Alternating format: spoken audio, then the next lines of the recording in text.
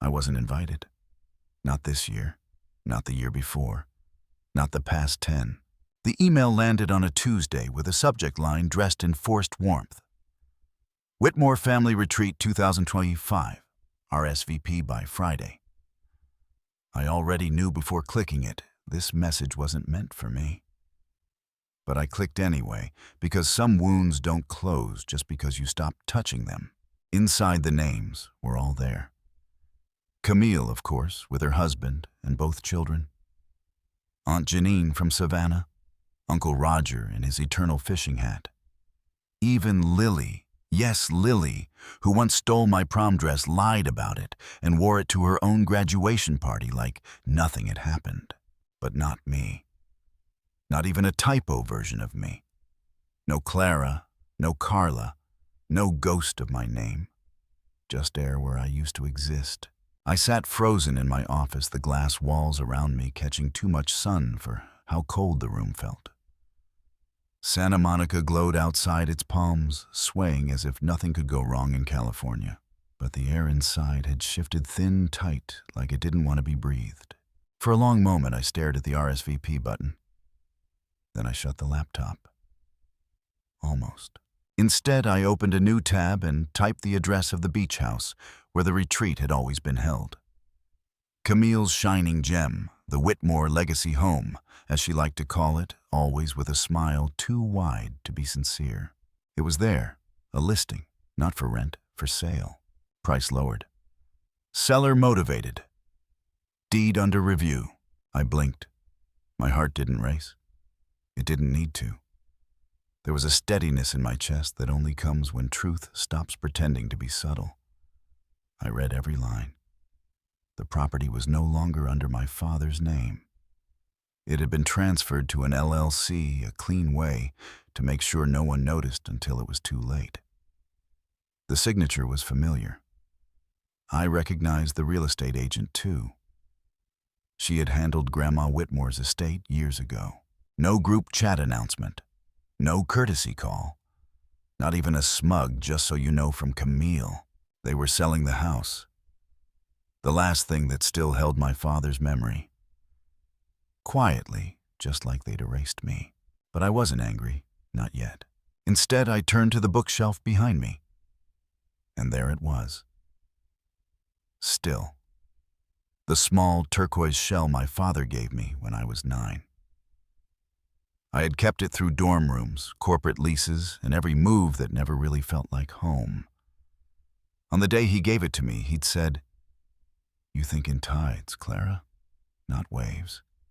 Don't let them make you small." That's when it began. Not rage, not vengeance, just certainty. They'd removed me from the invitation list. I would add myself to the deed. That evening, I called Savannah. We hadn't talked in months, years maybe, but she picked up on the second ring. "I need a title search," I said. On what she asked. "Our beach house." Silence. Then I'm listening. Within hours, Savannah sent me a copy of the current deed and tax history. It wasn't negligence that tripped them up. It was arrogance. The LLC hadn't paid the insurance in time. The property tax was overdue by 8 months. And buried in the trust documents was a fallback clause. I had only vaguely remembered my father mentioning, once years ago, if primary heirs failed to maintain or insure the property in accordance with local law, full control could revert to the secondary beneficiary. Me. He'd built in a back door. And they hadn't even noticed it was unlocked. Savannah's voice was measured. "You can take the house quietly. No litigation, no fight, all legal, all yours." I didn't respond right away. My eyes had landed on the turquoise shell again. My fingers brushed its edge. "I want it," I said finally. Not to keep them out, but to let myself in. From there, everything moved quickly. I opened a private LLC, funded it through a clean mix of liquid savings and low-risk stock options. I wasn't as rich as Camille pretended to be online, but I was steady, quietly powerful. strategic. I made an offer through the agent under asking all cash. The fallback clause gave me legal right, but I didn't use it as a weapon, just a tool. She didn't even recognize me until I said, "Clara Morgan, Thomas Whitmore's daughter." Her tone shifted. "Oh, you're the other one." Yes, the one they forgot. 2 weeks later, the sale closed. The keys were mailed to a P.O. box. No announcement, no confrontation, only precision. Then I made the reservation. 3 nights. The master suite. Guest name Miss Clara Morgan. Under preferences, I wrote, "Please place a bottle of Perrier Jouet on ice. Guest prefers firm pillows, cotton sheets, and full privacy." When the confirmation email came, I stared at it. Then almost instinctively, I reopened the family invitation. Still no mention of me. Still no mistake. I hadn't been forgotten. I had been deleted. But now I was written back in. Not with a plea, not with a shout, with a signature. That night, I poured myself a small glass of wine and walked out onto the balcony. The Santa Monica sky was just beginning to blush. Somewhere below, waves lapped against the shore like a quiet promise. I thought of the house, my father's porch. The uneven swing, the chipped seashell wind chimes we'd strung together when I was little. I thought of Camille's face when she'd find out. Of my mother clutching her pearls the way she always did when she realized control was slipping.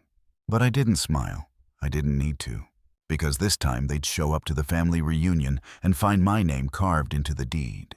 Sometimes the most permanent revenge is presence. And sometimes when they erase you, you just have to write yourself back in ink. This time I didn't ask for the key. I signed the deed. The morning sun crept slowly across my apartment floor, cutting through the quiet like a truth too sharp to ignore. I sat at my kitchen counter in Santa Monica, sipping black coffee from a plain ceramic mug, rereading the email confirmation. Reservation for Miss Clara Morgan, Master Suite, 3 nights full privacy. It was official. The beach house that once belonged to my family, that held every laugh I was excluded from, every celebration I wasn't invited to, now had my name on the deed. Not Camille's, not Barbara's, mine. Savannah texted me. "Everything's in place." The title office confirmed again this morning. I didn't reply right away. I stared out at the street below where joggers passed in pairs and the world kept moving, unaware of the small quiet justice that had just taken root. I'd made my move in silence. No announcement, no confrontation, just paperwork and precision. Exactly how they had erased me, quiet, calculated, and cold. By the time I flew out to Georgia, the wind had changed. Not the literal breeze rolling off the coast, though that too had turned brisk, but something deeper, something final. I arrived at the house a full day before the Whitmore family retreat was set to begin. It stood there whitewashed and wide, with its crooked porch swing and sun-bleached shingles, a relic of memory. A monument to everything they thought I didn't care about. I didn't linger. I simply checked that the champagne was chilled, the sheets were folded tight, and my name, Clara Morgan, was the only one listed on the registry. Then I left. I parked 2 blocks away, settled into a quiet cafe with good Wi-Fi and bad coffee, and waited. At precisely 11:06 a.m. the next morning, Camille's white Audi pulled into the gravel drive. I recognized the way she flung open her door without looking. Her husband got out next, followed by their 2 kids already whining. Barbara arrived in Uncle Henry's SUV, dressed in her white linen family photo uniform, pearls at her throat, and the look of someone convinced she still ran everything. They approached the front desk, dragging matching luggage behind them. I imagined the moment in perfect clarity. I had rehearsed it enough in my head. The receptionist would smile politely, type in the names, then pause. Confused. She would scan the screen again. "I'm sorry," she'd say, "there's no reservation under your names. Are you with Miss Clara Morgan's party?" I didn't need to be there to hear it, but I showed up anyway. I entered the lobby with measured steps, heels echoing on the polished tile. Camille turned first. Her mouth parted, then pressed tight.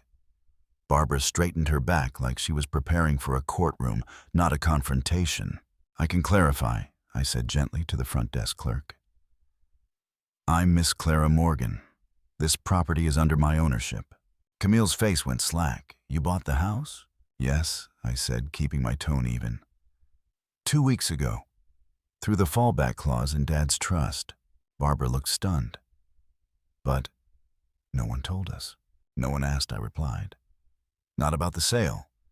Not about the trust. Not about me." A silence settled like fog, heavy, suffocating, undeniable. I turned to the receptionist. "Please ensure that anyone not listed as a guest is respectfully asked to leave. This isn't a public rental anymore. It's private property." The clerk nodded. Camille's husband glanced at her, unsure. The kids stood awkwardly near their luggage. No one moved. No one yelled. That was the part I had always misunderstood about endings. Sometimes they don't come with fire. Sometimes they come with quiet disbelief. I didn't disappear. I said softly, looking at my mother. "You just stopped seeing me." No one followed me as I walked out. Back at my apartment that evening, I didn't feel victorious. I didn't feel cruel. I felt steady. My breath was deep. My space was mine. The house I reclaimed was more than real estate. It was the part of me they thought they'd buried, and I'd resurrected with a signature. When Savannah called later that night, I answered on the second ring. "How'd it go?" she asked. "They came," I said. "They stood on the steps. They waited to be let in, and I never gave them the key." She was quiet for a moment, then whispered, "Good." We hung up. I sat in the dark for a while, the silence not empty but earned. This time the only sound in my world was the soft click of a locked door behind me. Not because I was afraid, but because I had nothing left to explain. And for the first time in a decade, I didn't feel like I was on the outside. I felt like I had simply walked away. Chung 3, the guest list, they never saw. The problem wasn't that they showed up. It was that they still believed they had the right to walk into a space. I owned a life. I rebuilt a silence I had earned. Some people never adjust when their access is revoked. They assume the key under the mat is still theirs, even after you've changed the locks, the address, and the entire foundation. It was Saturday morning, the official day of the Whitmore family retreat, the event that had excluded me for the last 10 years. But this time, I wasn't watching from the outside. I had rewritten the scene entirely, and they hadn't seen the script. From my window, I could see the waves folding and unfolding with steady rhythm. Calm, indifferent. I liked that about the ocean. It didn't ask questions or offer apologies. It just was. I sipped coffee from the mug my father once favored, white porcelain with a faded green rim chipped at the handle. He never replaced it. Said it had character. I understood that now. My phone buzzed once. Savannah Channel 9. Turn it on. Now. I clicked the remote. There it was. My name sprawled in bold beneath a sanitized headline. Daughter reclaims family property sparks controversy. A younger news anchor, tie too tight, looked into the camera like he'd uncovered a crime spree. The footage cut to the beach house, my beach house, and then to Camille, her expression tight but artfully hurt. She stood in front of the property like it was a crime scene. My mother stood beside her, pearls clutched like a moral compass. There were no direct quotes. Only sources close to the family, vague voices, weaponized implication. The story suggested manipulation, betrayal, a daughter acting out of spite. They hadn't expected me to disappear, but worse, they hadn't expected me to reclaim. I turned off the TV. And then I did something I'd been preparing for long before this day arrived. I walked into the office and opened the heavy folder labeled Contingency. It wasn't just documents. It was memory hard proof stitched together from years of silenced dismissals and offhand cruelty. Things they thought I'd forget. Things I didn't. There were screenshots. Camille's texts to our mother Clara won't be there. She always makes things tense. A voicemail my mother saying, "She's successful. She doesn't need us anymore. Why invite discomfort?" And the recording. The one they didn't know existed. My father, sitting on the porch 2 years before his stroke, took everything but his name. His voice. "If anything ever happens, Clara gets the house." Not because she asked, but because she showed up. That was the piece I kept in the dark until they dragged our mess into the light. I sent it all to a reporter who once wrote about elder law and estate conflict, not for attention, but for truth. I didn't need to argue. I needed only to let their words, their voices undo the illusion themselves. That evening another article surfaced, not viral, but visible. Full story emerges in Whitmore property. Dispute documents suggest intent was clear.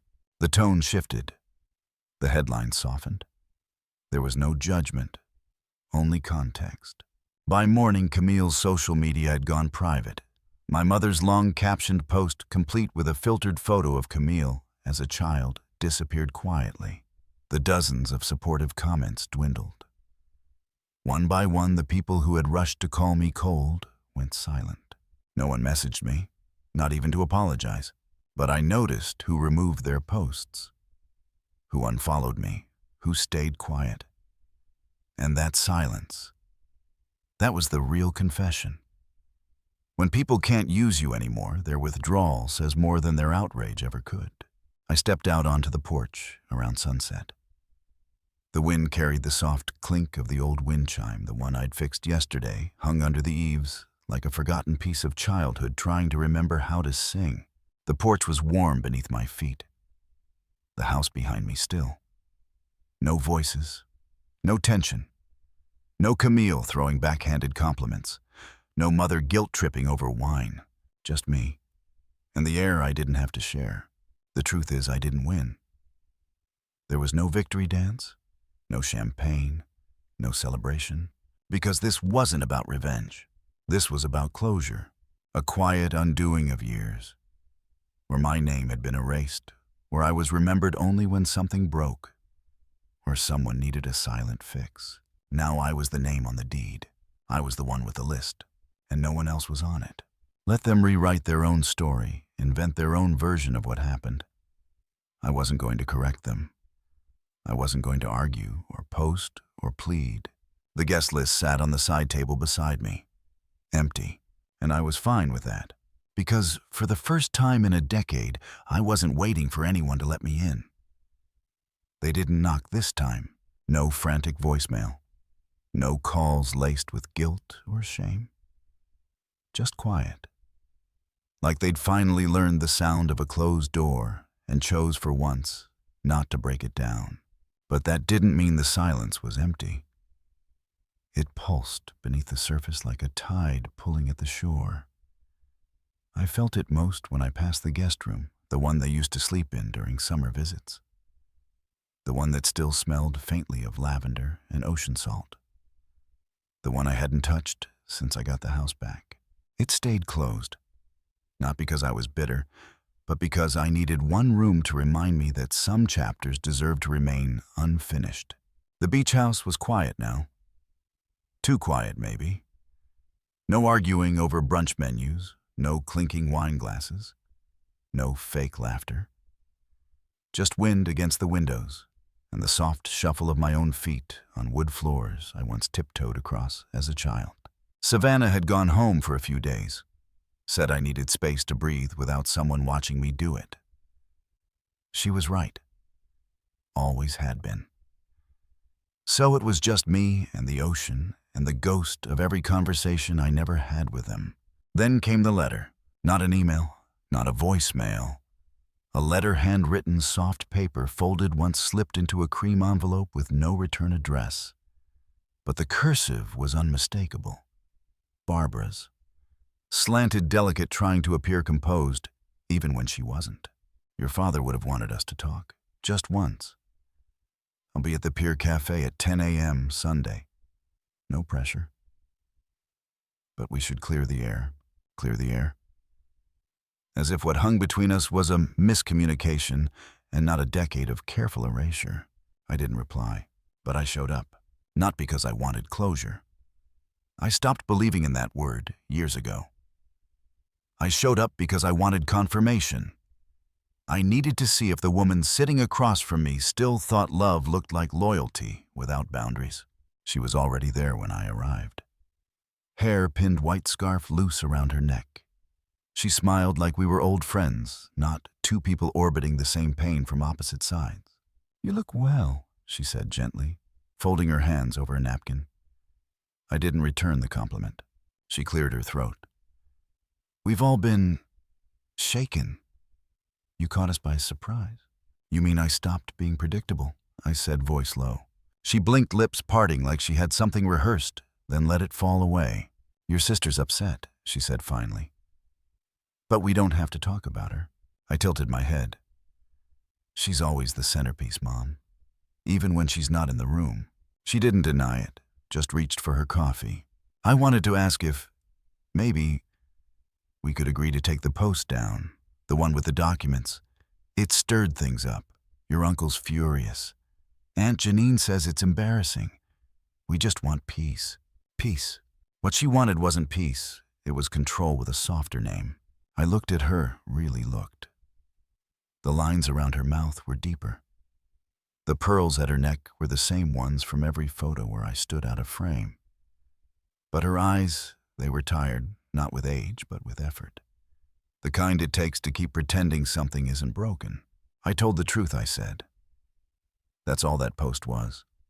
The truth. But airing it, making it public. I leaned forward. They made the first move, Mom. They told the story without me for years. Cropped me out. Skipped my name. Let me be the ghost so Camille could shine. She sighed. "Clara, we didn't know you felt." "Yes, you did," I cut in. "You just didn't care enough to stop it." She winced. The truth had always landed softer when I said it quietly. But today, I didn't pad it. "I didn't come here to debate," I said, reaching into my bag. I handed her an envelope. Inside was a copy of the trust. Highlighted were my father's words, handwritten in the margins. "If anything happens, Clara knows what this place is meant to be." She opened it with trembling hands, said nothing.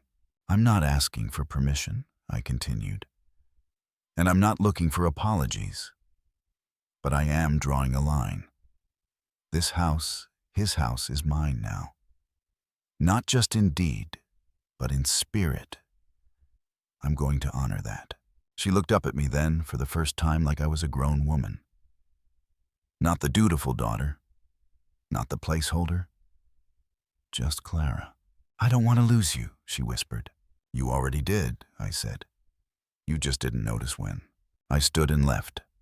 Not with a storm, not with a slam. Just the sound of a chair sliding back and a quiet goodbye. Back at the house, I opened the guest room door. The air was cool, undisturbed. The bed still made the walls still bare. I sat on the edge and ran my fingers along the old window ledge where my dad once carved a smiley face with his pocket knife. I didn't cry. I didn't rage. I just sat, breathing. The next morning I started writing the story down. Not for them. Not for the world. For me.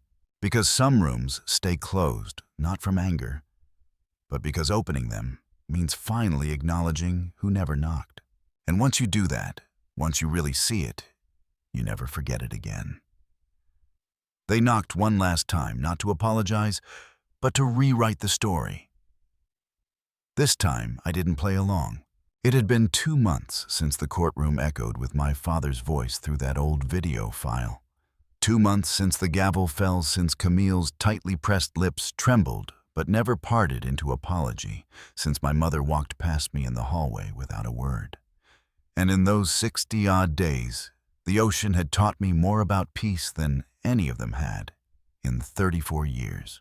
The house was mine now, not just legally, but in spirit. I had replaced the curtains, sanded the porch swing, and repainted the shutters a soft, grounding slate blue. I planted lavender along the edge of the steps. Savannah joked it made the place smell like a soap commercial. But when the wind carried the scent through the open kitchen window, it felt like ownership. Not just of a home, but of a boundary. Then came the letter. I found it in the mailbox one soft morning. Cream envelope. My name written in looping cursive that still knew how to push my pulse into my throat. No return address, but I didn't need one. I knew the handwriting. I had memorized it on birthday cards that came 2 weeks late and were always signed, "Love Mom," without a personal note. This time there was a message. Claire, your father wouldn't want this silence. I know we've made mistakes, but we're still family. Camille isn't well. She's been struggling with all this. I'd like to meet, just the two of us. Sunday, 10 a.m., the Corner Cafe. Love, Mom. I didn't feel angry. I didn't feel hopeful. I felt studied, like she had rewritten every line 3 times before choosing the one that would look best if ever made public. Still, I went. Not because I wanted to reconcile, but because I wanted to end it properly. I picked a booth near the window, ordered tea, wore gray. Not to disappear, but to make sure she couldn't say later that I'd arrived in armor. She came in 10 minutes late, breathless, as if she'd sprinted from the car. Though I knew the cafe was less than 2 blocks from the rental she and Camille had taken after the legal loss. She wore a linen blouse and the pearl earrings I'd bought her the year I got my first promotion. I'd never seen her wear them before. She didn't hug me, didn't reach for my hand. Just sat down across from me and said, "You look tired, sweetheart." I smiled gently. "I'm not." She blinked. That small truth unnerved her. I didn't come to rehash everything she started. I came because this can't go on forever, Claire. The silence, the hostility. Your father wouldn't have wanted this ran nut. That word again, ran nut. Like the divide between us was a crack in porcelain instead of an entire missing wall. "You're right," I said. "Dad wouldn't have wanted this." Relief crossed her face too early, so maybe it's time she pressed. Time to take the post down. To stop feeding this narrative. People talk, Claire. The neighbors, our church friends. They read the article, they see the comments. Camille's been heartbroken. I stirred my tea. It tasted like nothing. "I never said anything about Camille," I said. "Not in public, not in court, not in the article. But people assume," she said quickly. "They always assume. And once something's out there, it's hard to take back." She looked at me with eyes that expected cooperation. The way she always had when I was 10 and told to give up my bedroom for Camille's sleepover. When I was 16 and asked to co-sign a car loan. When I was 23 and told to stay quiet about the missing inheritance check. "Mom," I said softly, "you didn't ask me here to fix anything. You asked me here so I'd help you erase it." Her face dropped like I'd slapped her with something she hadn't thought I'd name. "I'm not trying to erase you," she said quickly. "No," I agreed. "You're trying to erase what you did." She was silent. Then carefully, "We just want things back to normal." "There's no normal to return to," I said. "Only what you all made of it." I pulled a folded page from my bag. Not the restraining order. I never intended to use that unless I had to. It was a printout of my original post, the one that had gone quietly viral. I'd added a note in handwriting as deliberate as hers. "This isn't about the past. It's about the fact no one cared when I was still in it." She didn't read it. She didn't need to. Her eyes closed for half a breath, then opened with something too polished to be pain. "You're turning your back on your family." "No," I said, standing.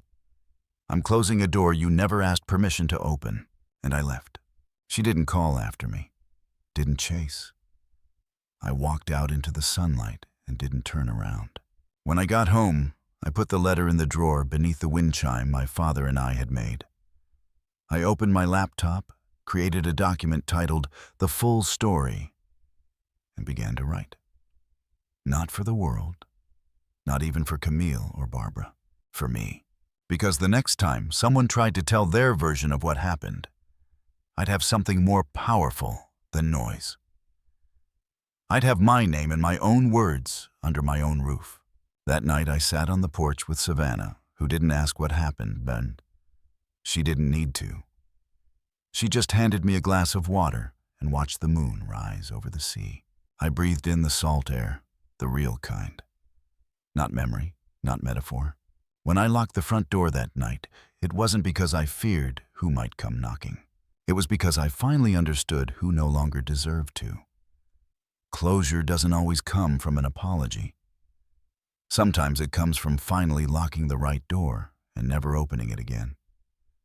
Sometimes the most powerful thing you can do is nothing at all. You don't yell. You don't beg. You don't fight to be seen by people who've chosen not to see you. You simply walk away and build something of your own, so solid, so clear that their silence no longer has room in it. Clara's story is not just about family betrayal or legal victory. It's about reclaiming the space you were once excluded from. It's about understanding that love without respect is manipulation dressed in sentiment. That peace doesn't always come from closure, but from drawing a line and deciding never to erase it again. What struck me most was how she didn't seek revenge. She sought truth. And when the moment came, she didn't slam the door, she simply didn't open it. The lesson here: boundaries are not walls, they're doors with locks, and only you hold the key. You don't owe access to those who used your silence as permission. Sometimes healing is not about going back to what hurt you. It's about living so fully in your own light that they can't cast a shadow anymore.